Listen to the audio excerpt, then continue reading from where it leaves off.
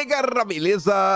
Como é que vocês estão, meus amigos? Hoje é quase um dossiê, porque ontem tivemos uma prova concreta que o assunto do momento ele veio para ficar, porque ele não se restringe ao Brasil. É uma questão que, no mínimo, envolve o Brasil, Estados Unidos e as eleições. E eu tô falando, obviamente, de liberdade, censura, rede social, Elon Musk e outras coisas.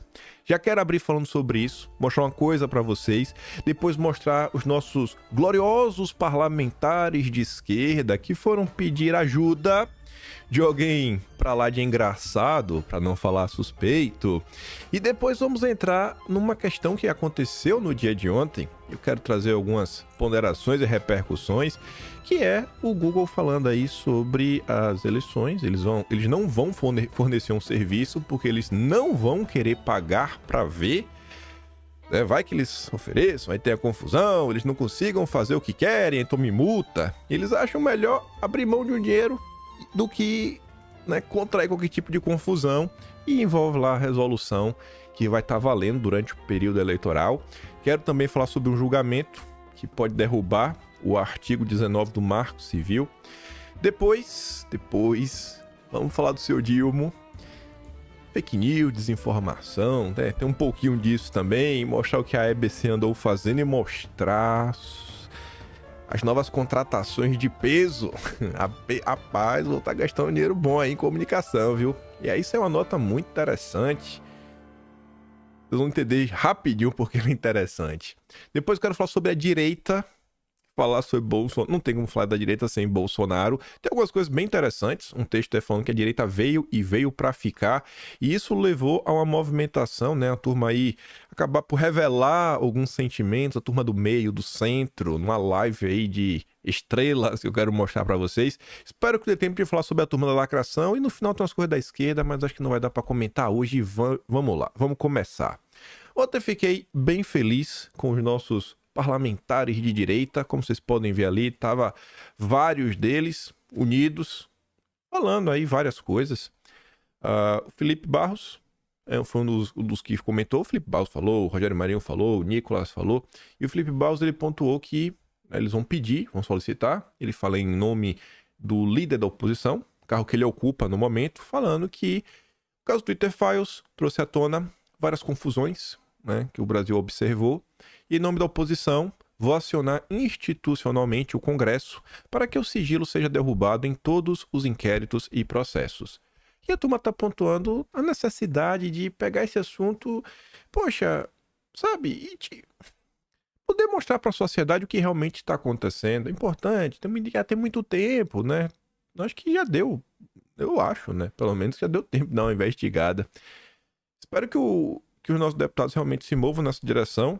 E espero que eles cutuquem aí as suas assessorias de comunicação, que eles têm, partido tem, as bancadas possuem.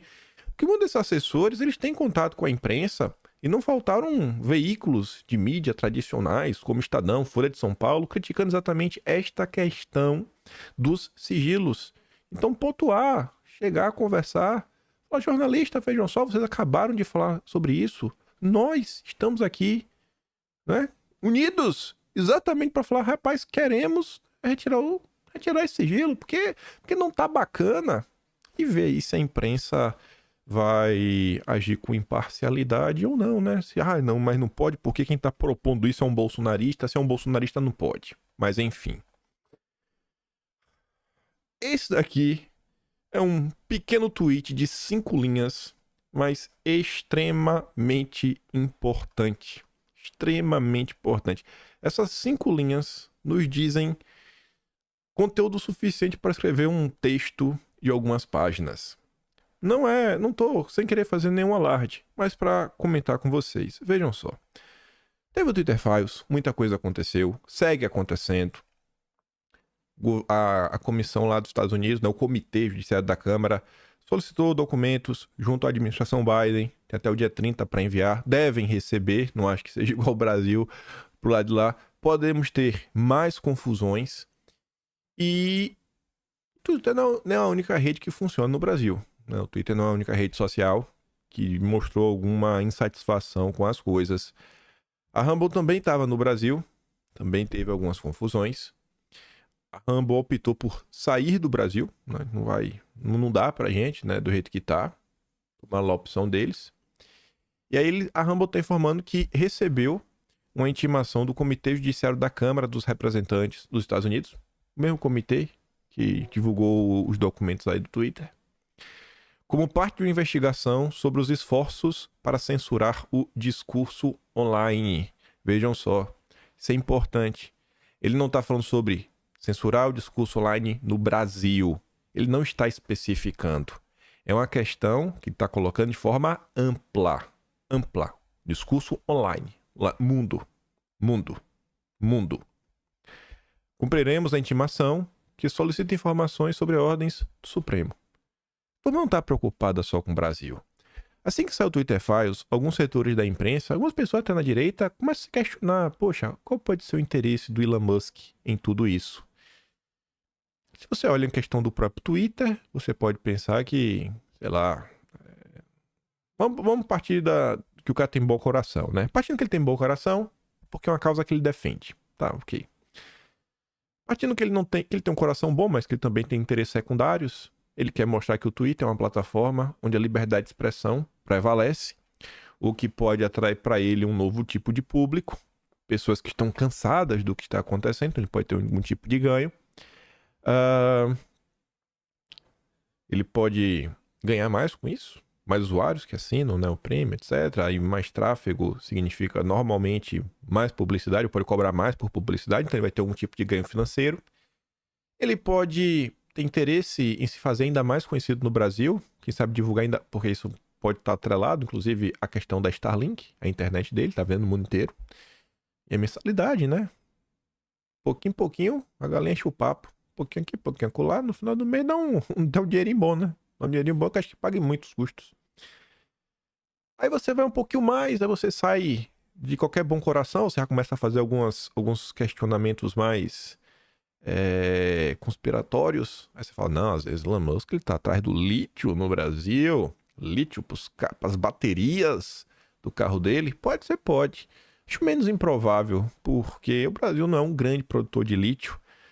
Produz 27 vezes menos do que, por exemplo, a Austrália, tem quinto lugar no mundo. Pode ser que tenha, pode ter algum tipo de interesse. Mas, se a gente olhar para toda a situação e vendo esse tweet, vendo o que está acontecendo, vendo quem está fazendo as solicitações, que a própria imprensa brasileira falou, olha, o deputado aí que gerencia esse comitê é um aliado de primeira hora do Donald Trump, candidato presidente dos Estados Unidos, agora contra o Biden. E algumas pessoas já estavam pontuando que o Musk estava fazendo diz mais sobre os Estados Unidos do que sobre o Brasil. E isso pode ter dois pontos. Primeiro, a turma não tem muito interesse em resolver nada no Brasil, se realmente o interesse for os Estados Unidos, mas às vezes, né, dois coelhos com a cajadada só. Mas ao mesmo passo, se essa situação visa combater a questão, como está ali, o discurso online como todo, de forma ampla, está vindo mais redes sociais, pode levar a crer o seguinte, olha, é isso daqui que Biden pode fazer caso ele seja reeleito. Ele tem um segundo mandato.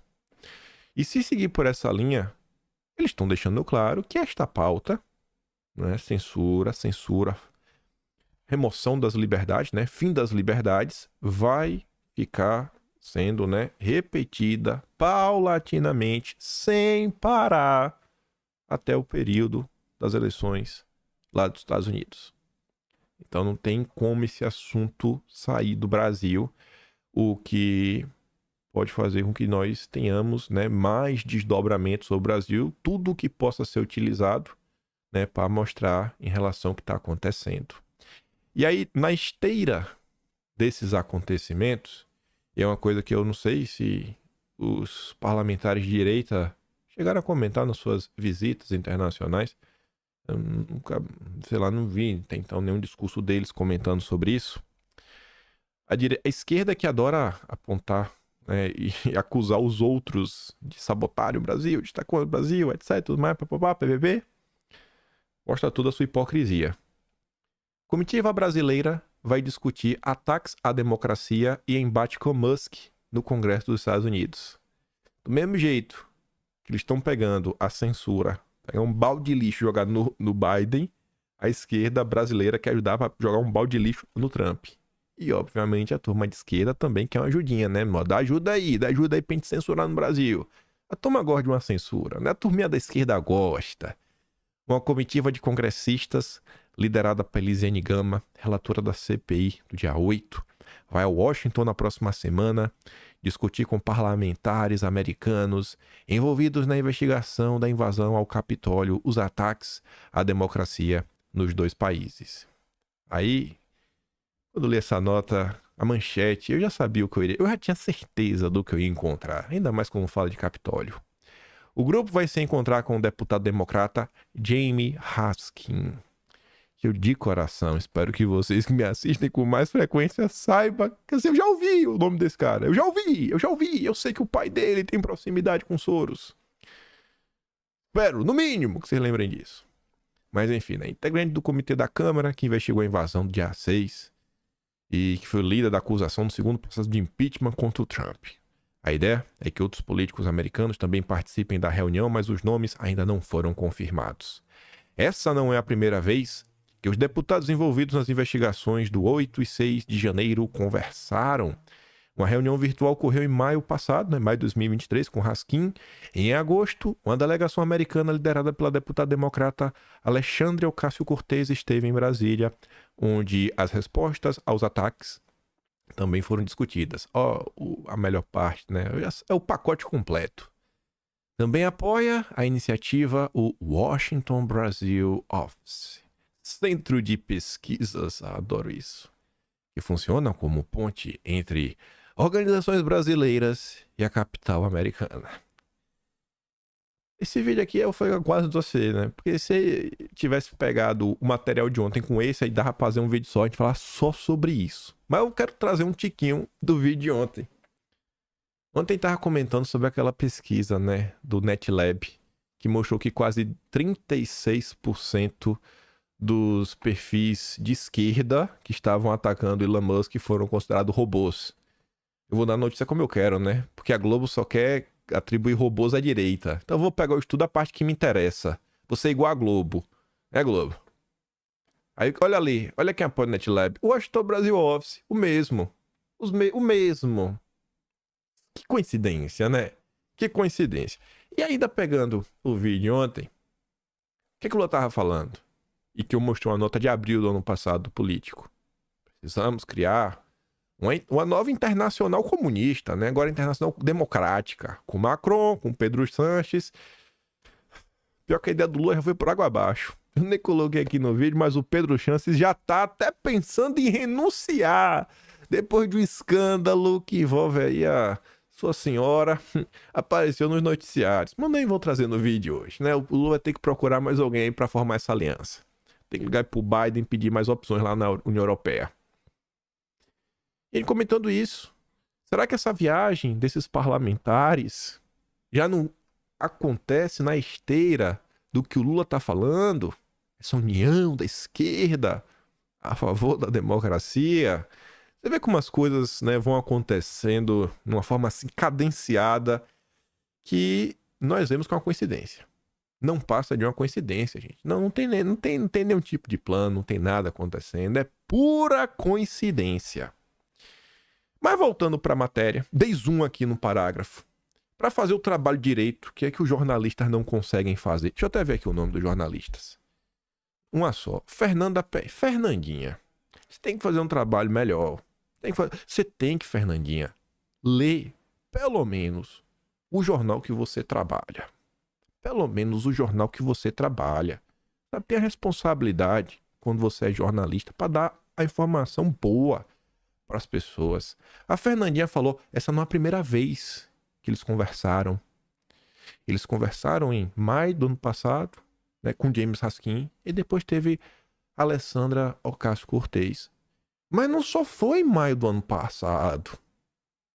Não só foi em maio do ano passado. E aí eu fico perguntando se foi um lapso, né? A Fernandinha não não sabia, né? Teve um lapso assim de memória, ela não sabia, ou se ela omitiu de propósito. Porque vai que ela diga qual foi a outra vez que eles conversaram juntos. Aí a turma da direita começa a gritar e fala: olha, isso daqui faz parte do que o Financial Times divulgou das interferências no Brasil. Talvez seja por isso que ela não comentou sobre os outros encontros com o nosso glorioso Jaime Raskin. Mas vamos lembrar. Se a Folha de São Paulo não lembra, a gente lembra. Eu fui buscar no vídeo. Eu trouxe os prints da época. Se você for lá no Twitter, você vê, por exemplo, o Vili Migo não usa mais essa foto. Aí você pode ter mudado. Beleza, aí fica a critério. Pode olhar no episódio número 1000, cravado. Tá essa notícia lá. Entidades terão encontro com políticos dos Estados Unidos para tratar de risco de golpe no Brasil. Aí você pode falar, mas aí são as entidades, não são os políticos. Mas você pega a matéria para dar uma olhada, né, do que tá na Folha de São Paulo, parece que algumas entidades também vão participar. Aí fica meio assim, né? Tá beleza. Aí fica nesse meio tempo, né? Eu, se fosse fazer a matéria, eu estaria, olha, não é a primeira vez que a esquerda brasileira se encontra com Jaime Raskin. Ou então deixar bem claro que se trata dos políticos, da turma da Lisiane Gama. Aí tá ali, ó. Representantes de entidades civis brasileiras têm reuniões previstas com o senador Bernie Sanders e com o deputado Jaime Raskin. A própria Folha de São Paulo, né, como estou dizendo, 18 de julho de 2022, entidades terão encontro com parlamentares dos Estados Unidos para tratar de risco de golpe no Brasil.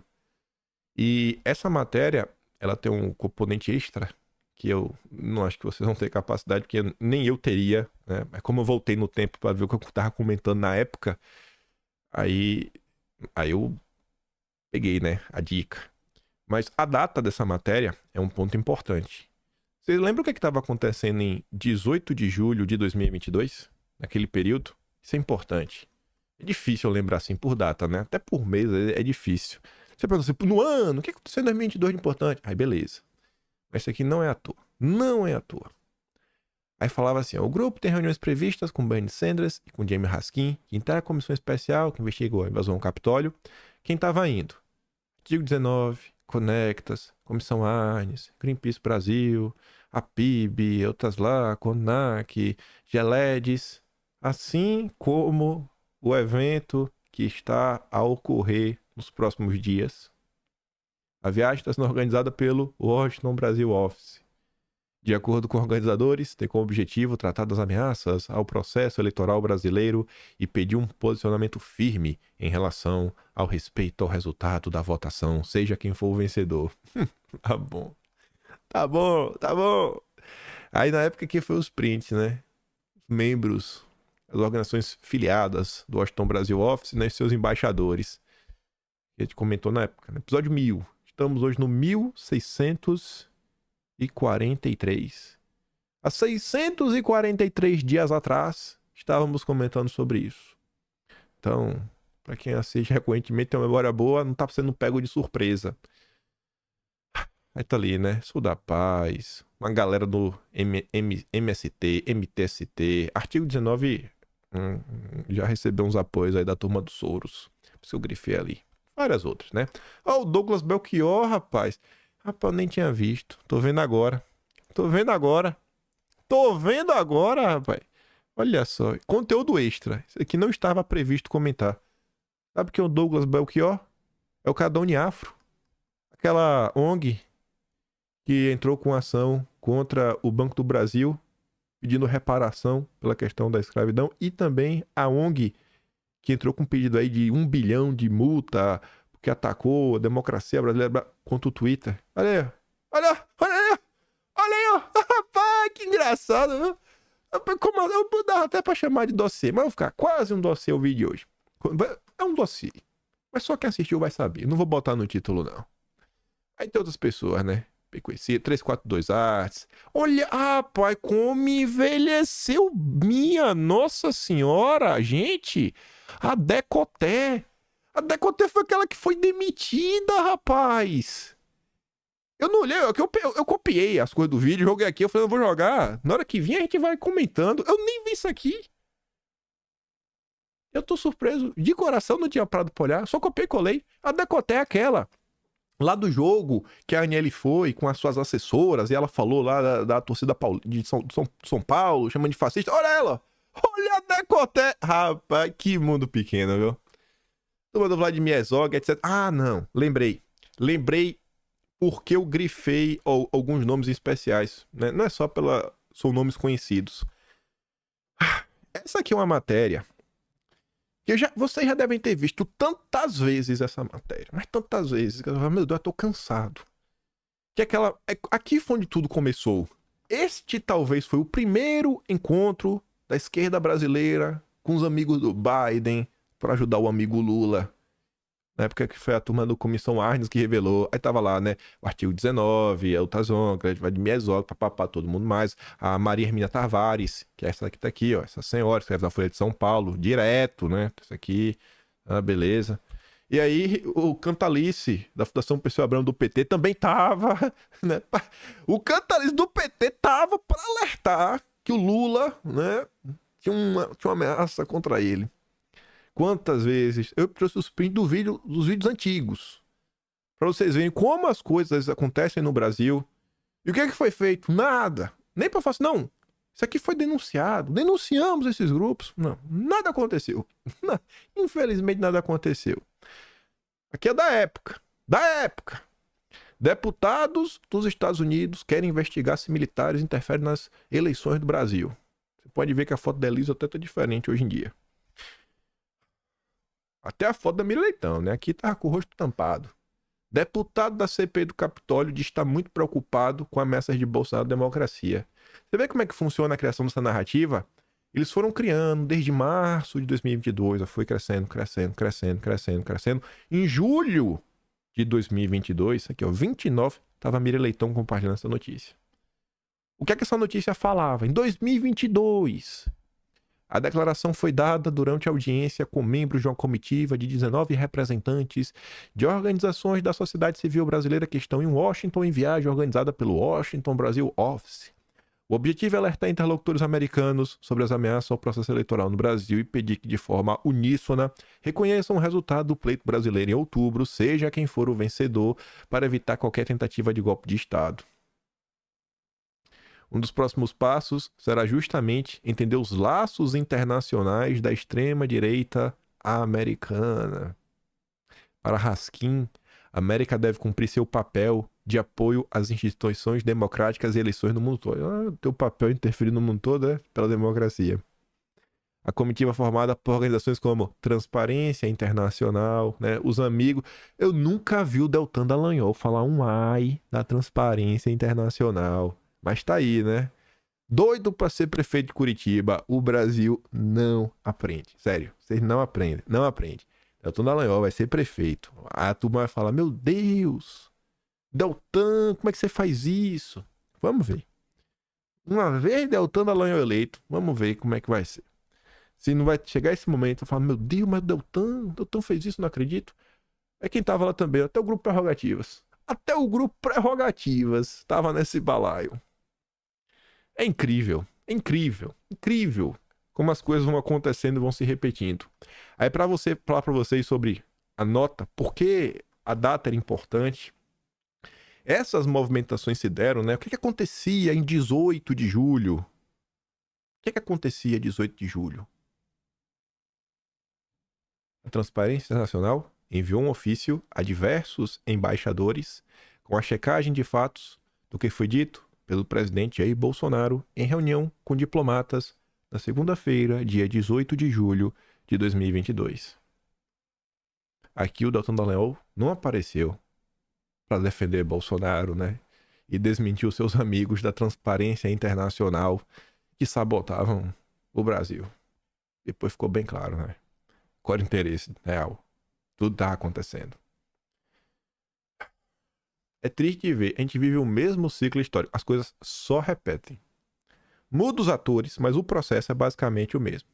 Tá aí, mais uma vez acontecendo diante dos olhos de vocês. Essas viagenzinhas que a esquerda faz, elas não são, né, inócuas. Elas sempre trazem algum resultadozinho bem prático, mas bem prático. Bem bem prático. Bem prático. Aprender ter esse senso de praticidade, colocar coisas em prática, não ficar só no discurso, na lacração, é muito importante. Muito importante. Olha a quantidade de ONG. São as mesmas coisas. Será que... Volto a falar... Eu tenho certeza que vai ser... Quase certeza. Quase boto minha mão no fogo. Não, tem que aproveitar o momento e... Putz, eu não sei mais o que falar, sabe? Eu sei que tô repetitivo, gente, mas não muda as coisas. São os mesmos atores, as mesmas ONGs que seguem, né, recebendo apoio da turma do George Soros, Nação Ford, Oak Foundation, etc. Colocar um limite nessas doações internacionais, a esquerda inquisitória vai perder poder. Vai perder poder. Vai, acho que tá mais do que claro. Mas vamos continuar, que ontem teve uma notícia interessante e eu fiquei surpreso com a matéria que saiu na Globo. Surpreso positivamente. Porque, nossa, que bicho te mordeu. Mas não é essa aqui não. Não é essa não. Essa aqui é uma matéria bem factual lá do G1. Google proíbe publicidade política para as eleições municipais deste ano. O Google informou nesta quarta que a partir de maio vai proibir a veiculação de anúncios políticos para as eleições municipais deste ano. A decisão foi tomada devido à resolução, né, do TSE sobre publicidade de candidatos e partidos, considerada muito abrangente pela empresa. Na avaliação do Google, há uma certa dificuldade técnica para cumprir o que a resolução do TSE, publicada em fevereiro deste ano, determina sobre a obrigação de plataformas que realizam o impulsionamento de conteúdo eleitoral. A resolução prevê, entre outros pontos, que a empresa deve oferecer esse tipo de serviço. Manter repositório que permita acompanhar em tempo real informações de anúncios, como conteúdo, valor pago, anunciante, público-alvo do anúncio, disponibilizar ferramenta de pesquisas para consulta de anúncios por palavra-chave, termos de interesse, nomes de anunciantes, além de coletar dados sobre os anúncios de forma automatizada, por meio de interface dedicada, também conhecida como API. Eu acho que também tem um ponto da questão da moderação. É difícil a rede social falar, isso aqui não pode, tem que tirar. E se o negócio não tinha que tirar, tinha que ficar? E se eles errarem na moderação? Eles podem ser processados por isso. Então ele falou, vai dar tanta dor de cabeça. Nós não temos expertise nisso, do que pode... No Brasil, saber o que pode e o que não pode, eu acho que é até fácil. Tudo... Assim, ó, você vê. O Lula ia gostar? O Lula ia ficar feliz? Sim, então pode. E tudo que o Lula fica contra discurso de ódio. Eu, se fosse dono da empresa, tivesse querendo dar aquela boletada, eu faria isso. Esse seria o meu critério. O que agrada o Lula, eu deixo. O que desagrada o Lula, eu removo. Eu ficaria rico. Eu não sou dono de nenhuma empresa, né? A avaliação, né, é que a definição do TSE sobre conteúdo político é muito ampla e que o cumprimento dessa determinação seria praticamente inviável, podendo resultar em multas para a empresa. A companhia vai manter no ar os serviços de anúncios eleitorais que foram vinculados em seus serviços, mas devido à proibição para esse tipo de conteúdo, a ferramenta deixará de ser atualizada. Aí vejam só. Lá no Globo, eu já falei para você, né, tem vários colunas, etc, tudo mais. Tem uma turma que tá sempre cobrindo a direita. Tem um do Sérgio Roxo, tá sempre cobrindo a coisa. Tem outro que esqueci o nome agora. Mas o que realmente, assim, os que mais publica as notas sobre o que acontece mais à direita é o Guilherme Caetano. Mas outro ele faz uma matéria, ok, beleza. Essa aqui eu fiquei bem surpreso. Principalmente porque eu peguei a matéria do Estadão pra dar uma lida. Do Estadão nem coloquei aqui. Eu coloquei só uma manchete e um parágrafo. Porque ele falou com especialistas e, sei lá, 90% dos especialistas que ele falou mostram aí problemas sérios dessa situação aí da proibição do Google. Você vê, ó, a decisão do Google de proibir anúncios políticos terá impacto incerto nas eleições, dizem especialistas. Achei a manchete honesta pro que tá no corpo do texto. A decisão do Google de proibir veiculação de propaganda política no Brasil em sua plataforma de anúncios, que começa a valer a partir de maio, expõe a indisposição de plataformas digitais com a moderação de conteúdo, mas a incerteza sobre o impacto disso no mercado de anúncios eleitorais no país. A avaliação de especialistas consultados pelo Globo. Para Bruna Santos, gerente de campanhas globais da Digital Action e integrante da Coalizão Direitos na Rede, O gesto do Google aponta para uma incapacidade do setor de plataformas digitais de promover, aspas, uma espécie de compliance, não só com a norma do TSE, mas com o que elas prometem. O que está sendo pedido é bem complicado, bem complicado. Vou ler o que ela disse primeiro.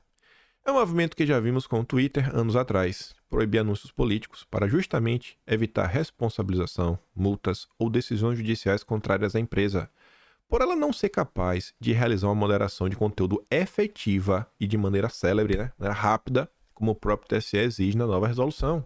Cara, não tem como, é impossível. A organização da qual Bruna faz parte, entidade que reúne mais de 50 entidades da sociedade civil e da academia que trabalham em defesa dos direitos digitais, lançou uma nota no mês passado com elogios e críticas à resolução TSE. Por um lado, celebrava a abordagem de temas sensíveis como obrigações de transparência para plataformas e regras para a venda de publicidade direcionada. Por outro lado, previa consequências graves para o debate público. A nota mirava o artigo 9-E da resolução, segundo o qual as plataformas serão solidariamente responsáveis, civil e administrativamente, quando não promoverem a indisponibilização imediata de conteúdos e contas durante o período eleitoral, em alguns casos. Para a coalizão Direitos na Rede, o trecho vai contra a legislação eleitoral e o Marco Civil da Internet, que prevê que os provedores somente serão responsabilizados civilmente por conteúdos gerados por usuários nos casos em que descumprirem ordem judicial específica de remoção. O resultado, previam os críticos, seria levar as plataformas a removerem até conteúdo apropriado com medo de serem penalizadas por eventuais omissões. E aí, pare e pense o seguinte. Pensa o seguinte. Imagina. Eu vou pegar um exemplo, o mais absurdo de todos, para ficar mais fácil de entender.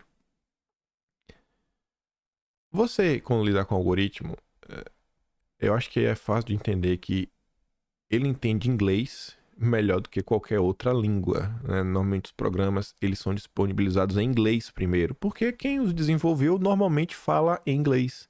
Os materiais, as pesquisas, os papers, os artigos que são publicados, sua grande parte são em inglês. Outras línguas às vezes não entendem tão bem. Como é que você consegue monitorar diversas coisas que estão acontecendo?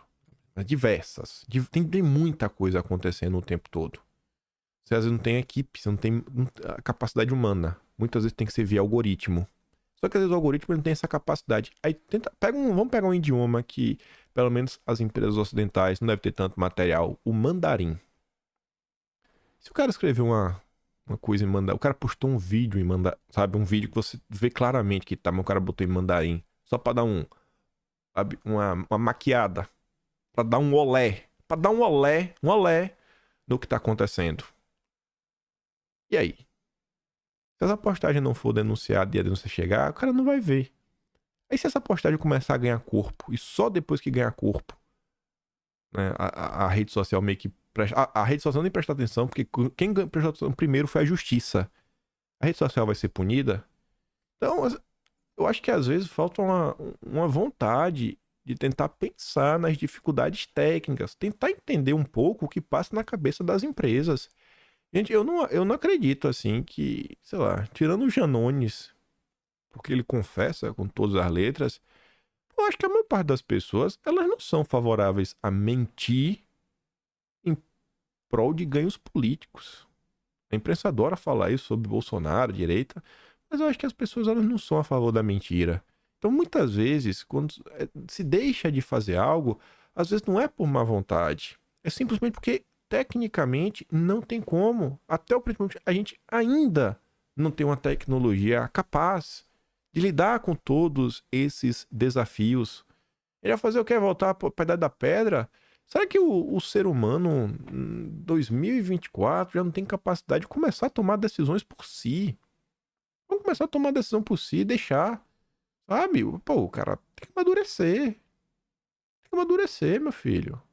Começar a entender o que é verdade, o que é mentira, não cair coisa, né? Clickbait. Não tem um monte de proibição, um monte de coisa contra, sei lá, determinado tipo de crime. O pessoal não continua, não tem antivírus, não tem, o pessoal não sai caindo em golpes. Novos golpes são feitos. E grande parte disso, para você evitar, depende também do operador, né? Do celular, do computador. Então, assim, a população também tem que ter a sua parcela de responsabilidade. Você não pode falar que a empresa tem que fazer tudo. Se o cara tomar um golpe, o cara tá com o celular, o cara tomou um golpe, o que? A Samsung vai ser a culpada? O cara tem iPhone, então vai acionar a Apple porque não conseguiu proteger o cara de um golpe? Não, mas o golpe chegou por SMS. Então a gente vai acionar, claro. Patinha, viva, oi, porque o cara recebeu, não era pra ter recebido. Tem que ser filtrado, quer chegar pro cara. Então, assim, é bem complicado. Bem complicado. Muito complicado, né? Complicado demais. Demais, demais, demais, demais. Ai. Pesquisadora do Centro de Tecnologia e Sociedade, professora na FGV de Direito, Yasmin Kuzi oferece duas interpretações distintas para a decisão do Google, uma positiva e outra negativa. Por um lado, poderia contribuir para a redução na disseminação de desinformação e manipulações eleitorais, já que restringe o alcance de campanhas pagas que possam ser redirecionadas de maneira não equitativa. Por outro, diz ela, pode limitar a capacidade de pequenos partidos e candidatos menos estabelecidos de alcançar um público maior, potencialmente afetando a pluralidade e a equidade no processo eleitoral. Quem já tem uma conta grande, isso, aquilo outro, e o candidato pequeno. Quem vai sair na pé é o candidato pequeno, o cara que já é político, que já tem a máquina, que nem depende da rede social, ele tá nem aí pra isso que tá acontecendo. Eu peço tanto, Deus, toque o coração dos homens que têm a caneta nesse país, toque no coração. Faça eles entenderem que as pessoas, sabe, não estão de má vontade, não estão de safadeza, às vezes são impossibilidades reais. Caio Machado, olha só, o cara que é o diretor executivo da ONG do Felipe Neto, olha, ó, diretor executivo do Instituto do Felipe Neto, diz que a definição proposta pelo TSE de conteúdo político eleitoral é muito ampla. Até o cara da ONG do Felipe Neto está dizendo isso. Como qualquer comentário sobre política poderá ser incluso nessa categoria, afirma ele, o Google teria de incluí-los em um banco de dados enorme. Para ele, a opção da empresa, assim como o Instagram não aceita, né, coisa, mas o que está em jogo é a questão de responsabilidade. Em vez do Google tentar separar o joio do trigo e cumprir as regras, pensando nos candidatos das 5.000 cidades, imagine o trabalho, e assim correr riscos enormes por cada erro nesse processo. A empresa preferiu não ter o desgaste, prejuízo financeiro do trabalho. Cara, não dá, me perdoa. Queria ganhar esse dinheiro, né? Acho que toda empresa quer ganhar. Não dá. Quem diz isso é o cara da ONG do Felipe Neto.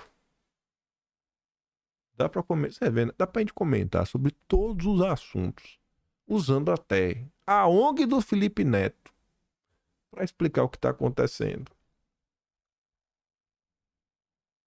Não precisa de mentira, desinformação. Aí o Estadão comenta, né? Veto do Google, anúncios políticos, pode criar monopólio para as redes sociais, dizem especialistas. Como assim? A priori o Facebook vai fazer. Mas só vai ter meio que Facebook, né? Que é a mesma coisa do Instagram e o Twitter. Ele nem sabe, né? Mas vai ter um monopólio. E a gente sabe, enfim, né? A lição divide opiniões de especialistas que analisam que os candidatos vão perder importantes ferramentas para divulgar as campanhas. Mas a matéria do Estadão é muito mais branda e fala com muito menos gente que a matéria do Globo. Na esteira disso, o ministro Luiz Felipe Salomão defende que plataformas façam moderação de conteúdo. Muito cômodo deixar para o judiciário. Mas acho que o problema não é esse, ministro. Eu não acho que seja a má vontade das plataformas. Eu acho que as plataformas, elas possuem um medo real e talvez uma falta de capacidade de encontrar pessoas. Porque no final do dia a gente vai depender do ser humano. Alguém que vai apertar o botão e falar, poxa, remover esse conteúdo ou não remover. E muitas vezes a plataforma, ela pode não conseguir achar no mercado essas pessoas, ou talvez a plataforma pode ter o problema que o seu funcionário faz isso na maldade.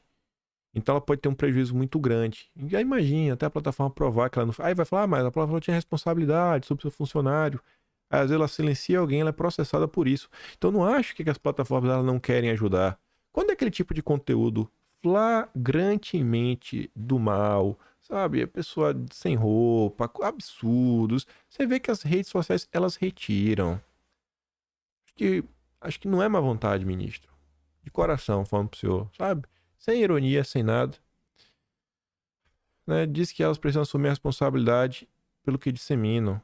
Por isso o ministro, também ministro do Superior Tribunal de Justiça, diz que o anteprojeto, com proposta de alteração do Código Civil, impõe às redes sociais uma conduta mais ativa para evitar que conteúdos ofensivos e criminosos sejam divulgados.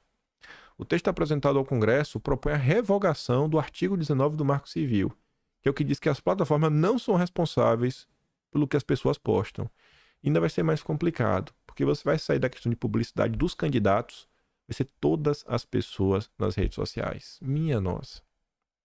É muita coisa, é muita coisa. Sabe? É muita coisa. É muita coisa mesmo. É muita gente. Eu acho que não tem tecnologia para isso. Só o Brasil. Quantas pessoas. Vamos botar. Você tem rede social. Por exemplo, Bolsonaro deve ter mais de 20 milhões de seguidores no Instagram. Não olhei mais quantos números ele tem, mas tem mais de 20 milhões. Eu sei que tem gente. Pronto. Felipe Neto tem mais de 40 milhões de seguidores no YouTube. Só no YouTube. 40 milhões. Imagine os comentários que são feitos. Cara, imagine você conseguir monitorar isso. É muita coisa. Não tem algoritmo, não tem material humano que dê conta. Você lê, refletir, poxa, será? Vai ter vários que você vai ficar na dúvida, aí você vai olhar isso, vai olhar aquilo outro. Por isso que a coisa é encaminhada para justiça, que em tese são pessoas que estudaram para entender os limites legais das coisas. Poxa, vocês, ministros, juízes, poxa, vocês que se arvoram isso, né? São os caras que têm a capacidade de decidir o que é certo e o que é errado. Tem coisa que é óbvia, que tá bem claro, poxa, isso aqui não pode. Mas tem uma área cinzenta que todo mundo está questionando. Poxa, isso pode ou não pode? Em determinado país pode, outro não pode. Às vezes, o algoritmo foi criado pensando na realidade norte-americana, da primeira emenda. Chega no Brasil, você não consegue reaplicar. Às vezes tem um algoritmo, inteligência artificial, machine learning. A revogação do artigo 19 abriria espaço para usuários moverem ações judiciais contra as plataformas, pedindo indenização por conteúdos ofensivos e criminosos. Aí esse assunto, ele pode ser votado, inclusive na Suprema Corte. Quantos votos o Supremo já tem para responsabilizar as redes sociais por conteúdos publicados? Bela Megala informa, né, que a coluna conversou com 5 magistrados que afirmaram serem favoráveis. Nos cálculos, há ao menos 7 votos garantidos. A maioria dos ministros vai se posicionar pela inconstitucionalidade do artigo 19. Espero que a internet não fique inviável. Eu realmente espero, né, que a internet não fique inviável, porque muitas pessoas dependem disso para trabalhar, para muita coisa, e às vezes podem ser punidas, que as empresas vão ficar com medo. E o debate ao redor de todo esse assunto, eu acho que a imprensa também não ajuda. Você vê, Lugabeiro, interessa a todos um regulamento para a internet. Porque se você não tem regulamento para a transgressão, por outro lado, também fica sem regulamento para a repressão. Não interessa a ninguém que não existam visões claras sobre o tema, destaca Gabeira após o Google proibir publicidade eleitoral. Aí o André Marsigla, jurista, ele fala assim, ó: viver em sociedade é estar regulado, Gabeira. Mesmo quando o Estado deixa de regular algo, está regulando. A regulação é não regular. O ponto de discórdia não é esse, mas se fingir que nenhuma lei alcança a internet e que, portanto, a única regulação efetiva é a que promove controle de conteúdo. Eles seguem nessa, não, a internet não é terra sem lei, a internet não é terra sem lei. Pessoas são processadas diariamente por injúria, calúnia, difamação. Pô, bicho, sério, não é difícil de entender. Por que tanta má vontade por parte dos jornalistas? Por que tanta má vontade? Por quê? Aí você vê aqui, ó, Agência Brasil. Governo Dilma, né? Olha a notícia. De 71 países ou blocos, apenas 2 e União Europeia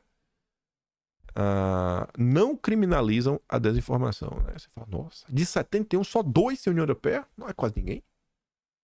3, né? Rapaz, todo mundo, menos 2, rapaz, pouca coisa. O estudo foi lançado nessa terça-feira na Câmara dos Deputados. Aí, olha quem tá criticando o governo federal. Cristina Tardáguila, fundadora da agência Lupa. Acho que ela é da Lupa, ou é os fatos. Eu tô na dúvida, Cristina, me perdoe. Mas é a Lupa ou os fatos. Ela é uma especialista de fact-checking. Ela tem uma agência de fact-checking. E ela tá criticando o governo Lula falando o seguinte, ó, isso daqui é uma aula de manipulação estatística. 2 países mais a União Europeia são 29 países. Isso quer dizer quase 41% das 71 nações analisadas não criminaliza a desinformação. Ter opinião sobre regulação é livre, mas distorcer dados é feio. É complicado, bicho. É muita má vontade, mas você olha às vezes para a esquerda e fala, rapaz, acho que a esquerda é de maldade. Não é de má vontade, é de maldade. Aí você vê. Folha reforça combate à desinformação com o projeto Checamos. Aí o AGU gosta, é importante medida. Vem muita boa hora, sucesso ao projeto. Me pergunto se a Revista Oeste fizer uma checagem, lançar esse projeto, vai ganhar um RT do Messias? Me pergunto, né? Eu espero que sim. TV Globo e Globo News vencem Prêmio Nacional de Jornalismo do Poder Judiciário. Justo, né? Eu realmente acho justo. Essa é a ironia, né? Ironia seria se eles não ganhassem. Eu falo, o quê? Eu acho que essa era a notícia. A verdadeira notícia, né? Era se a Globo não ganhar. Aí ia ser um escândalo. Podia meter lanterna urgente. Algo estranho aconteceu. Aí a turma que tá muito preocupada com mentiras, desinformação, né? Eles inclusive falam que é por causa disso. Que o governo Lula não emplaca, não avança pra frente. O protagonista soltou uma nota muito descaradinha, pesada. Sobre a tentativa do governo de levar a verdade para as pessoas. Agências amigas do PT vencem mega licitação de Lula. O antagonista já sabia desde o dia anterior do resultado da mega licitação para combater fake news dos outros, né? Do governo Lula, não do Lula, dos outros. Aí eles falam, o antagonista já sabia do resultado desde o dia anterior. Como? Eu não sei, mas eles estão dizendo que sabiam. Saber do resultado com antecedência não deveria ser possível, já que os autores das propostas vencedoras só poderiam ser conhecidos na sessão pública desta quarta, pois o julgamento acontece sob propostas não identificadas. Os 197 milhões de reais alocados pelo Palácio do Planalto para combater fake news dos outros serão partilhados por 4 agências amigas do governo Dilma, o que desperta suspeitas sobre o processo. O resultado anunciado nesta quarta foi publicado horas antes, na terça-feira, em postagem cifrada no perfil do X de um dos autores desta reportagem. PP igual AD mais M mais BR Plus mais US. PP deve ser publicidade e propaganda. Então tá ali, ó. AD, aqui ó, amigas. A área comunicação, AD. Bom, acertou o AD, né? Uma. É conhecida por sua associação com Otávio Antunes, marqueteiro do Haddad. A US, né, usando digital, tá ali, então acertou 2. É vinculada ao Sidônio, que foi marqueteiro do Dilma. A BR+, né, BR Plus, foi o que escreveu ali, então 3 acertos, que compõe um consórcio vencedor da BR e tal, com a Digi e tal. Tem conexões com deputados federais Lindenberg Farias e a Gleisi Hoffmann. Por último, a agência Moringa L2W3, que ele só colocou o M, né? Pode ser que não seja, né? Teria preferência do Paulo Pimenta. Aí o Jair Messias Bolsonaro comenta sobre esse caso, falando, né? Algum comentário de alguém sobre milícias digitais ou algo do gênero? A inércia, quando se trata do outro lado, expõe o método há muito tempo. Não enxerga as circunstâncias que o país vive quem não quer. Sob pretexto de combater a desinformação, o governo planeja gasto recorde de 251 milhões para interferir nas redes sociais. Aí só pra falar mais um pouco, tá falando de Bolsonaro, né? Tivemos aí um final de semana, 30 e poucas mil pessoas, segundo o levantamento da USP. E aquela coisa, nunca falha. Toda vez que você vai atrás de um especialista, você encontra as mesmas coisas. Você vê ali, ó. O monitor do debate público é sempre citado na mídia como referência para mapear os atos de rua e as redes sociais. Quem será que patrocina esses acadêmicos? Quem? Ford Foundation, Fundação Ford. E acho que se cavar direito é capaz de achar os Soros também. Nunca falha, gente. Nunca falha. Nunca falha. Nunca. Nunca. Nunca. Aí você vai olhar as preocupações. Evangélicos dominam posts de extrema direita. Revela estudo. Renato fala, né? Calça aos evangélicos? Será que em breve os posts com versículos serão submetidos à checagem pelo órgão que fiscaliza a saúde da democracia? É complicado, né? É complicado. Vamos falar da direita. Saiu um texto interessante no Estadão, na noite de ontem, 8 da noite. A direita brasileira veio para ficar e o vácuo está ao centro. Por décadas no Brasil, ser considerado de direita era um estigma. Ninguém aceitava a pecha. Eu acho que deve estar no Atlas de junho. Eu acho que está no Atlas de junho. Vocês podem procurar lá, quem procura acha. Não vou lembrar qual mês. Eu trouxe uma matéria que é o FHC, a matéria da Folha de São Paulo. O FHC reportando a matéria dizia que ele reportava pro Tony Blair que ele conseguiu grandes avanços no Brasil, que hoje, naquela época, né, ninguém mais se considerava de direito conservador. Então a direita já não era um problema mais. Bem na linha, né, do que o Fabiano está escrevendo. Enfim, o direitista era sempre alguém antiquado, equivocado, sombrio e até mesmo cafona. Recentemente, nos tempos em que a disputa da política nacional era entre o PT contra o PSDB, o maior temor dos tucanos era receber a terrível pecha de ser de direita, e se envergonhavam bastante de terem privatizado estatais que davam prejuízo e passaram a dar lucros. Nas escolas privadas da classe média alta, quem manifestava posições tidas como conservadoras era já de pronto considerado um esquisitão sem acesso às melhores festas. Já houve um debate aberto em universidade pública, conduzido pelos alunos e professores, na qual se discutiam as melhores alternativas nas eleições presidenciais subsequentes, contanto que fossem os candidatos de esquerda. Ali a direita simplesmente não existia. Ao mesmo tempo, ainda nos anos 90, um ainda menosprezado, autodenominado filósofo, o ex-marxista Olavo de Carvalho, tentava divulgar a seguinte tese: boa parte do brasileiro comum, longe das universidades e das redações de jornais, era um conservador nato, ou mesmo um reacionário. O entrave é que não via opções políticas viáveis que estivessem de acordo com suas crenças, quando essa fração relevante da sociedade soubesse se organizar para enfrentar o establishment cultural esquerdista, iria tomar o poder. Por razões que ainda precisamos nos debruçar muito para entender melhor, a profecia se realizou quase 2 décadas depois com Jair Messias Bolsonaro, que conseguiu, né, emplacar, agrupar em torno de si os valores básicos que o brasileiro defende, que não é muita coisa, mas que a imprensa repudia a todo custo. Após 4 anos de vertigem para tanta gente, o ex-presidente não foi reeleito, Lula voltou ao poder. Isso poderia significar que poderíamos enterrar a direita por debaixo do tapete e voltar a imaginar novas disputas entre a esquerda e a centro-esquerda pelo comando federal? Isso talvez nunca mais ocorra. O fenômeno Bolsonaro, somado com as redes sociais, onde cada cidadão tem sua tribuna e a mídia tradicional se enfraquece, abriu a caixa de Pandora. A direita veio para ficar. Um detalhe para não passar desapercebido: vários dos atributos que o petismo joga contra Bolsonaro, como fascista, inimigo dos pobres, etc., eles já tiravam sobre os tucanos.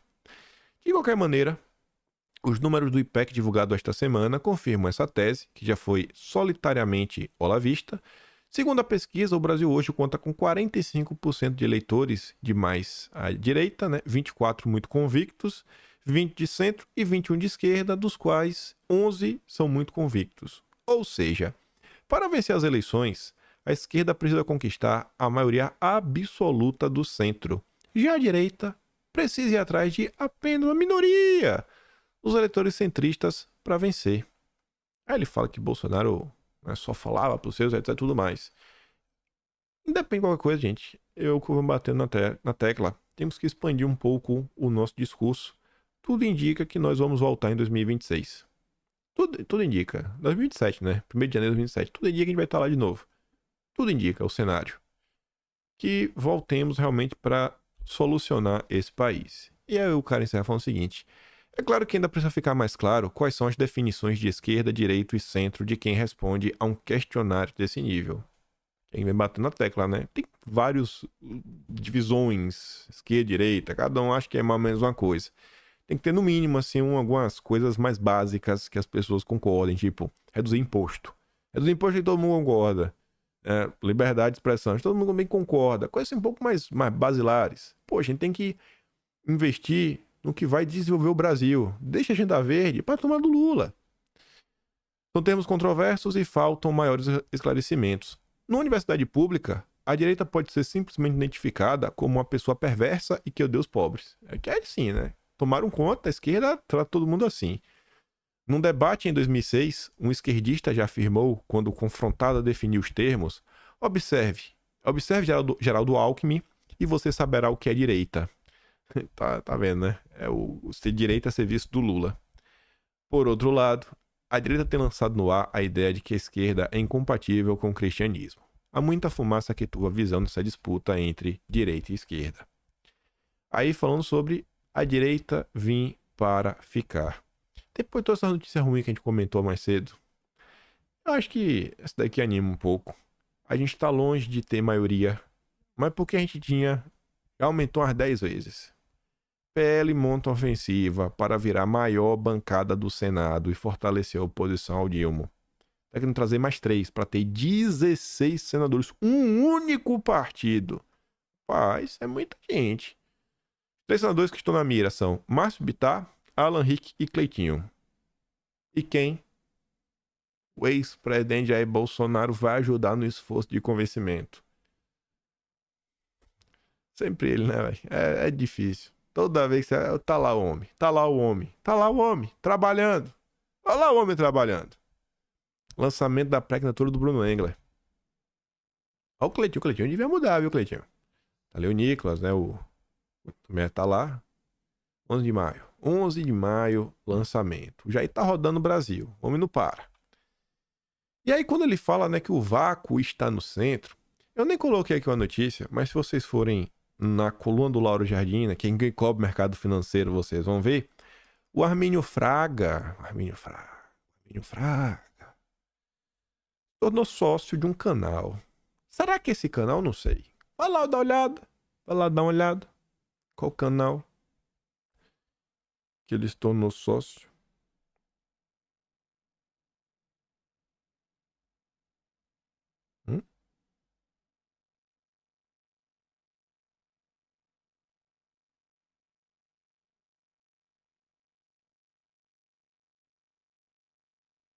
Não, recebendo não sei quem mais. Pensei que era importante, mas nada pra comentar em vídeo, só prestar atenção. Se liga nisso daqui. Então, dado o alívio de termos um presidente democrata, e é sempre bom a gente sublinhar isso, ele tem um problema que é... E eu acho que esse é um problema da esquerda em geral, sabe? É preciso começar, e isso tem de vir da esquerda e tem de vir do centro, mas principalmente precisa vir da esquerda, se a gente quer voltar a uma normalidade democrática, ele precisa começar a trabalhar para separar a extrema-direita da direita. Eu não estou dizendo que esse é um trabalho simples, mas quando você fala... Pedro? Foi o Musk. A gente tá com... Foi o Elon Musk. A gente tá com um probleminha ali na internet do Pedro, mas a gente vai continuar aqui. Ó, o Pedro tá voltando, vamos ver. Voltou. Pô, Pedro, não deu nem tempo da gente conversar. Vai lá, continua. O ponto que eu estava tentando fazer, essencialmente, é o seguinte. É preciso começar a trabalhar por parte da esquerda em buscar interlocutores com quem seja possível o diálogo na direita. Se você não começar a trabalhar com o reconhecimento de uma direita democrática, o que você faz essencialmente é empurrar essa direita democrática para o lado do bolsonarismo. Porque aquele lado é o lado que tem voto, portanto, um lado que é mais confortável. Aposto que nesse momento tem um bando de gente na caixa de comentários dizendo absurdo, quer normalizar fascista, quer isso, quer aquilo. Não. Eu só quero reconhecer o fato de que enquanto a gente não começar a trabalhar ativamente para reconhecer interlocutores na direita e legitimar interlocutores na direita, esse troço não vai funcionar. E essa coisa tem que partir do exemplo do presidente da República. O Lula faz em parte isso. Mas não é bastante. Quem são os candidatos a serem... Parece piada, né? A turma fala da tal direita permitida. Temos que fazer a direita permitida. Lula fala quem pode ser direita pra gente começar a desenhar o cenário. Os liberais com certeza. A turma do MBL. A turma do MBL com certeza também.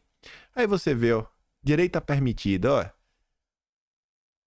Bastariam 6 meses de um governo pragmático, tipo bosta do Temer ou do PSDB para arrumar a casa, mas aí botam um cretino, tipo que estava lá antes, que só tá preocupado em lacrar, viajar e fazer farra com a esposa. Não teria como ser diferente. A turma do MBL já tá aí, ó. Não, olha só. Olha, PSDB, Temer. Olha a direita permitida. Uma movimentação ativa. Quem são aqueles 3? A Marilis. Escreve todo dia na Folha de São Paulo. Tá tentando... Tá clamando pra direita deixar de ser canceladora e woke, porque ela tá vendo que tá dando errado. Os textos dela todos estão indo nessa direção. Ela escreveu ontem sobre a Ludmilla, que está sendo cancelada pela esquerda. Uma cantora de esquerda, lulista, fez o L. O Christian Lynch, que é o criador do termo judiciarismo de coalizão, que acha sensacional tudo que está sendo feito aí para perseguir Bolsonaro e seus apoiadores. Tem muita voz aí. Foi um dos que começou lá com a turma do Alberto Cantalice, a narrativa da internacional de extrema-direita, que está atuando no caso da coisa. Cientista político, tá em todos aí, personagem icônico na esquerda, e o Pedro Doria, né, que escreve em vários jornais, também no Globo. Tô dando aí o caminho, vamos fazer assim, vamos criar, o cara tá literalmente falando, vamos criar o novo Teatro das Tesouras. Em breve, guardem esse vídeo na mente, guardem, porque eu vou lembrar dele. Em breve nós veremos surgir os primeiros membros da direita democrática. Vocês vão ver. É capaz de a gente se assustar. Aí, pegando aqui nos nossos finalmente, que não vai dar tempo de falar mais nada. Ainda sobre a questão da pista do IPEC, né? O IPEC foi uma pesquisa, 11% de esquerda, 24% de direita, tudo mais. Aí um cara que não se classifica como direita, que é o Rafael Machado, escreve o seguinte, ó. Vou dar uma opinião dissonante. Não é que a quantidade de pessoas de direita está aumentando muito, mas que crenças normais e sadias estão sendo empurradas na taxonomia cada vez mais à direita. Achar que gênero tem base biológica é, por exemplo, ser de direita. Se você acha que a biologia impõe você de direita, é o que se tornou as coisas hoje. Então, assim, a turma, eles acham que vão conseguir resolver a situação com a direita permitida. Eu acho que vai dar ainda mais errado. Mas deixa lá. Deixa eles tentarem. Eu sinto que existe uma má vontade para realmente tentar entender o que se passa no Brasil. Eles querem a todo custo criminalizar um movimento, né? É um negócio absurdo. Vou mandar esse vídeo lá no Telegram. Vocês podem mandar para outras pessoas que vocês conhecem, alertar, né? Sobre a criação da direita permitida. Está sendo aí moldada. E reflitam sobre o início. Vejam como a esquerda sempre trabalha, sempre bem propositiva, bem pragmática. Espero que os nossos deputados sigam nessa linha crescente. Estão melhorando. Amanhã a gente comenta sobre mais coisas. Se gosta do meu trabalho, quiser ajudar um tiquinho mais, pode assinar mesmo canal. Tem um botão de valeu. Tem um peito também na descrição. O link do Telegram também sempre fica na descrição. E o Atlas Brasileiro, né? kimpaim.com.br, onde registramos todas essas histórias. Fico por aqui, compartilha, volta amanhã. Aquele grande beijo, abraço, tamo juntos. Valeu, meus amigos. Fui!